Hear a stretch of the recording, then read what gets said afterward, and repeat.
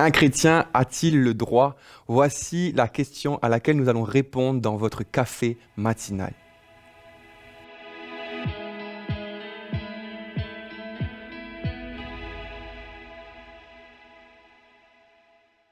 Bonjour à tous et bienvenue dans votre café matinal. C'est toujours un privilège pour moi de commencer ma journée en votre compagnie.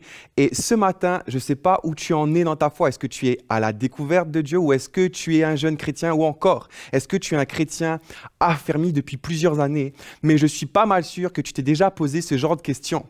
Est-ce que c'est correct si un chrétien fait ça? Est-ce que les décisions que je m'apprête à faire, les décisions que je vais prendre sont des décisions qu'un chrétien prendrait? Est-ce que c'est un péché si je fais telle ou telle chose? Est-ce que c'est mal? Est-ce que je dépasse les limites si je fais ou je prends cette décision-là dans ma vie? Est-ce que les habitudes que j'ai, mes passe-temps favoris, mes passions, les choses que je regarde, les choses que j'écoute, est-ce que ces choses-là sont approuvées par Dieu? Est-ce que c'est chrétien? En fait, finalement, on cherche à répondre à cette question, est-ce qu'un chrétien a le droit? Et c'est le titre de mon message ce matin. Un chrétien a-t-il le droit? Et vous savez, se poser ce genre de questions, c'est tout à fait légitime. Parce que qu'on soit au début de notre foi chrétienne, bien souvent, on veut savoir quels sont les standards qu'un chrétien doit respecter. Ou encore, si nous sommes un chrétien de longue date, on peut se poser les questions, est-ce que le tournant que prend ma vie actuellement, est-ce que les décisions que je m'apprête à faire, est-ce que les choses que j'ai pris l'habitude de faire, est-ce que ces choses-là sont réellement bonnes? Est-ce que c'est des décisions chrétiennes? Est-ce que c'est approuvé? Est-ce que c'est la volonté de Dieu pour ma vie? Et vous savez, mais ce matin, je pense que l'un des textes qui nous aide à répondre à ces interrogations, à ce genre de dilemme, à ce genre de zone grise, est lorsque Paul enseigne aux Corinthiens. Lorsqu'on regarde à ce qu'il enseigne aux Corinthiens au chapitre 10 de 1 Corinthiens au verset 23 jusqu'au verset 33. Si tu as une Bible, je t'invite à la prendre et de lire avec moi.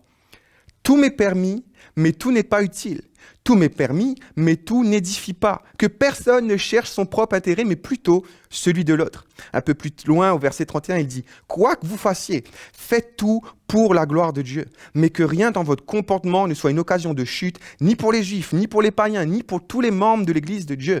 Agissez comme moi, qui m'efforce en toutes choses de m'adapter à tous. Je ne considère pas ce qui me serait avantageux, mais je recherche le bien du plus grand nombre pour le salut. » Paul ici utilise l'expression « tout m'est permis ». En fait, Paul il est en train de reprendre les propos même des Corinthiens de l'époque, des chrétiens de Corinthe de l'époque qui utilisaient fréquemment cette expression « tout m'est permis ». C'était comme un peu leur slogan pour justifier leur immoralité, leur péché, leur désobéissance. Et en fait, c'est vrai parce que quelque part, ils n'avaient pas tellement mal compris l'enseignement de Paul. Parce que oui, en tant que chrétiens, nous sommes appelés à vivre une vie de liberté, nous sommes libres. Mais Paul ici, il est en train de dire, ne déformez pas mon enseignement. Oui, vous êtes appelés libres. Oui, tu es libre. Lorsque tu acceptes Jésus dans ta vie, tu es libre. Mais ne faites pas de cette liberté un prétexte pour faire ce que tu veux, pour faire...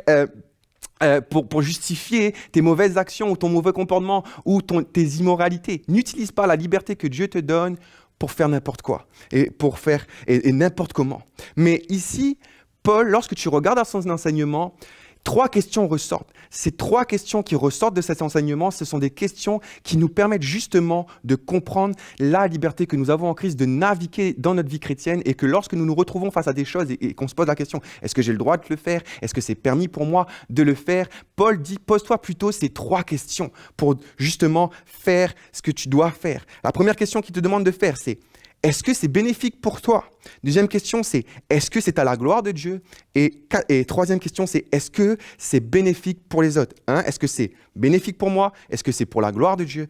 Est-ce que c'est bénéfique pour les autres? Est-ce que c'est bénéfique pour moi? Mon conseil pour t'aider à répondre à cette première question, c'est est-ce que c'est bon pour moi? Mais je dois t'avouer que ce n'est pas si facile de savoir qu'est-ce qui est bon pour moi. Mais ce matin, j'aimerais te dire que tout ce que Dieu veut pour ta vie est fondamentalement bon. Dieu veut que tu sois bien, Dieu veut ton bien-être et Dieu veut tout ce qu'il te demande de faire, ce sont des choses bonnes pour ta vie.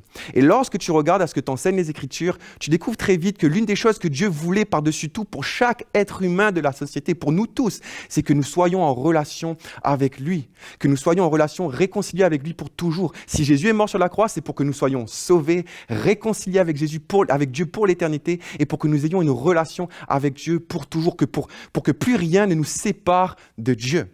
Donc, à chaque fois que tu te retrouves face à un dilemme, à une situation, à un choix que tu dois prendre et que tu te poses la question, est-ce que c'est correct si je fais ça? Pose-toi plutôt la question, est-ce que ce que je vais faire ou ce que je m'apprête à faire vient nuire à ma relation avec Dieu?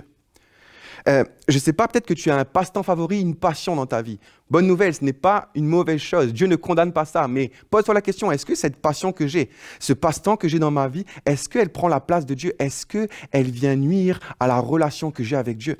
Peut-être qu'actuellement, tu es dans un projet personnel où ça te demande d'investir beaucoup d'argent, beaucoup de ton temps et tu fais plusieurs sacrifices. Peut-être que c'est un choix de carrière. Bonne nouvelle, Dieu n'est pas contre les ambitions, les projets ambitieux. Dieu n'est pas contre cela. Dieu n'est pas contre qu'on fasse des choix de carrière, qu'on fasse tout pour atteindre les objectifs que nous nous sommes fixés. Mais pose-toi la question, est-ce que tout ce que tu fais actuellement, tous les sacrifices que tu fais actuellement, est-ce que ça t'éloigne de Dieu ou est-ce que ça te rapproche de Dieu?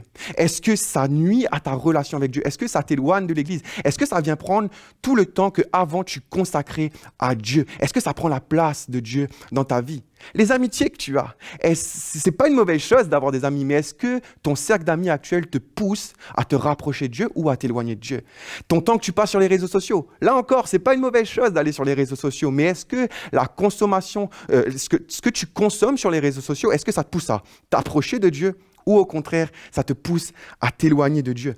Paul est en train de te dire, tout est permis, tout nous est permis, mais surtout pas les choses qui viennent nuire à notre relation avec Dieu, qui nous éloignent de Dieu, qui nous éloignent du plan parfait qu'il a pour notre vie.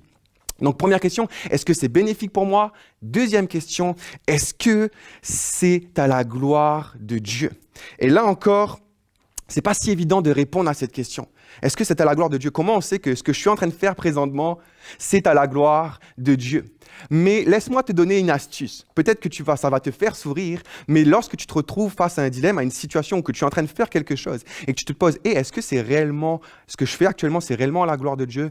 Pose-toi la question, si Jésus était avec moi dans la pièce, est-ce que je serais à l'aise de continuer de faire ce que je suis en train de faire?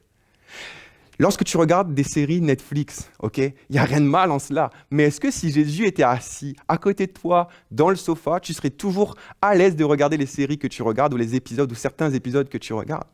Est-ce que si Jésus était ton collègue, à chaque jour il était avec toi au travail, qu'il assisterait à tes meetings, à tes temps de pause, à tous les temps que tu passes avec tes collègues, est-ce que si Jésus il était l'un de tes collègues, il était avec toi à chaque jour, est-ce que tu aurais le même comportement? Est-ce que tu agirais de la même façon? Est-ce que lorsque tu prends le volant de ta voiture et que tu t'apprêtes à conduire, est-ce que si Jésus était assis sur le siège passager de cette voiture, est-ce que tu aurais le même comportement avec les autres conducteurs?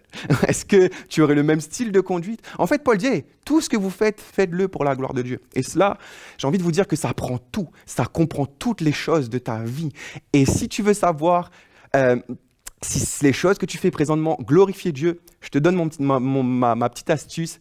Pose-toi la question, est-ce que je serais à l'aise de continuer de faire ce que je suis en train de faire ou de faire ce que je m'apprête à faire si Jésus était avec moi dans la pièce? Deuxième question, est-ce que c'est à la gloire de Dieu? Troisième question, est-ce que c'est bénéfique pour les autres? Et là, dans cette partie de son enseignement, Paul insiste beaucoup sur le témoignage, sur l'exemple qu'on a à donner. Et Paul insiste sur le fait que est-ce que ton comportement, ta façon d'agir, les décisions que tu prends, ta façon d'être, est-ce que ces choses-là rapprochent ton entourage de Dieu ou au contraire les éloignent de Dieu? Est-ce que les choses que tu fais présentement dans ta vie révèlent que tu es un enfant de Dieu, que tu appartiens à Jésus ou au contraire, est-ce que ces choses-là ne montre pas que tu appartiens à Dieu?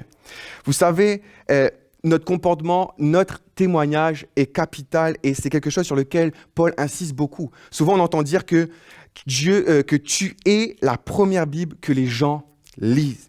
Et Paul, au contraire, il insiste sur cette dimension dans les Écritures pour dire que nous devons faire attention à notre témoignage. Regardez avec moi dans Philippiens 2 au verset 15.